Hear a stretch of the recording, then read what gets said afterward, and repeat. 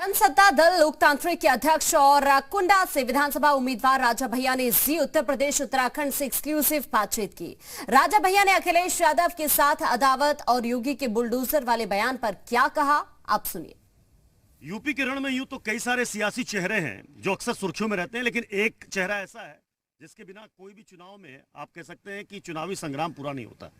रघुराज प्रताप सिंह उर्फ राजा भैया, जिनका कुंडा में 3 दशकों से एक छत्र राज है, लेकिन इस बार दल बल के साथ विधानसभा चुनाव में है।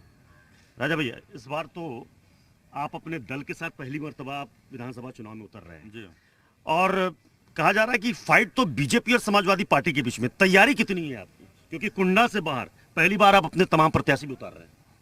आज का ये जो इंटरव्यू हो रहा है ये भी अमेठी पार्लियामेंट में गौरीगंज विधानसभा के लिए हो रहा है। यहाँ पे हम लोग खड़े हैं और चौधरी नफीस अहमद जनसत्ता दल के प्रत्याशी हैं। बड़ी ही अच्छी स्थिति है। अभी आप देख सकते हैं कि विधानसभा के चारों ब्लॉक के जितने भी मानंद लोग हैं वो सब यहाँ पे आए हुए हैं, उत्साह है। तो जहाँ भी हम प्रत्याशी लड़ा रहे हैं वो बड़ी मजबूत स्थिति में हैं, तो और अपनी तरफ से पूरा परिश्रम कर रहे हैं।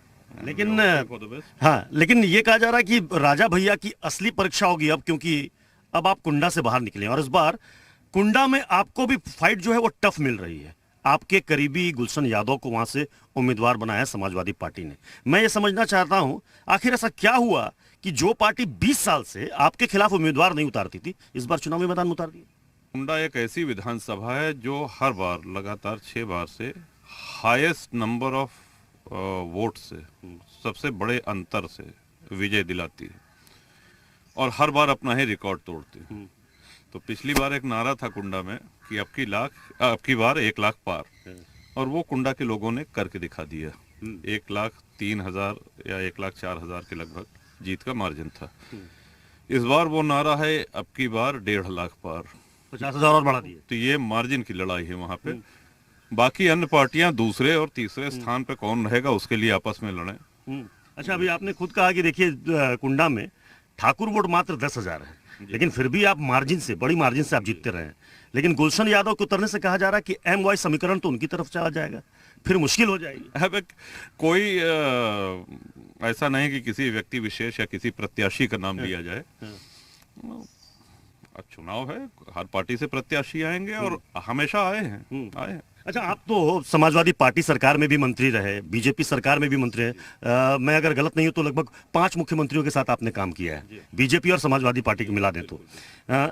ये ऐसा क्या हुआ कि अखिलेश यादव की सरकार में भी आप मंत्री थे? अखिलेश यादव से जब पूछा गया कि राजा भैया, तो बोलते हैं कौन राजा भैया, वो पहचानने से इनकार करते हैं। तो ये आप हम गलत व्यक्ति से गलत प्रश्न कर रहे हैं। जिन्होंने ये कहा है उनसे जाके पूछिए। हमने तो ऐसा कुछ कहा नहीं। जिन्होंने कहा है इसका उत्तर तो वही दे पाएंगे ना कि क्यों। आपने कहा कि सीएम योगी आदित्यनाथ के खिलाफ आप कैंडिडेट खड़ा नहीं करेंगे, अखिलेश यादव के खिलाफ खड़ा करेंगे क्या प्रत्याशी? नहीं, देखिए, जहां भी अच्छे प्रत्याशी हमको मिल रहे हैं हम वहां खड़ा कर रहे हैं। तो अखिलेश यादव के खिलाफ प्रत्याशी क्यों नहीं खड़ा कर रहे? नहीं, अभी तक तो कोई वहां के किसी ने आवेदन किया नहीं है। हाँ। अगर कोई ऐसा आता है तो देखा जाएगा। अच्छा, ये इस चुनाव में लाल टोपी की चर्चा खूब हो रही है। लाल टोपी अब बनाम अब हो गया है लाल पोटली, क्या कहेंगे? लाल पोटली से हमारे से नहीं समझ। लाल पोटली, अखिलेश यादव, आपने देखा होगा अखिलेश यादव हाथ में लाल पोटली लिए घूम रहे हैं।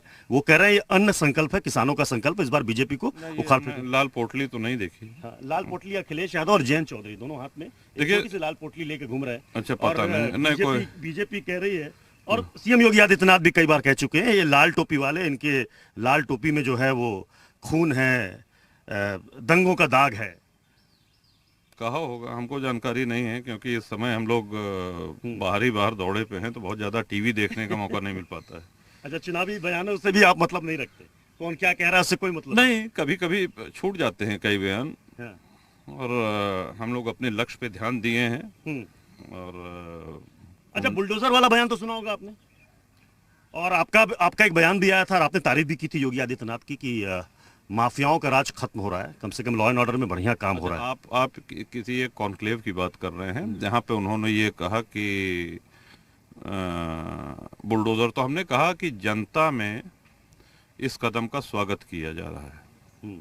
जनता में इस कदम का स्वागत किया जा रहा है। बहुत बहुत शुक्रिया राजा भैया हमसे बात करने के लिए। राजा भैया जनसत्ता दल लोकतांत्रिक राष्ट्रीय अध्यक्ष। इनका दावा है कि जितना भी तक 19 उम्मीदवार इन्होंने उतारे, इनका ये कहना है कि ज्यादातर उम्मीदवार इनके विजयी होंगे। चुनाव के बाद ऑप्शंस खुले हैं, आगे देखा जाएगा कि आगे का उनका कदम क्या होता है।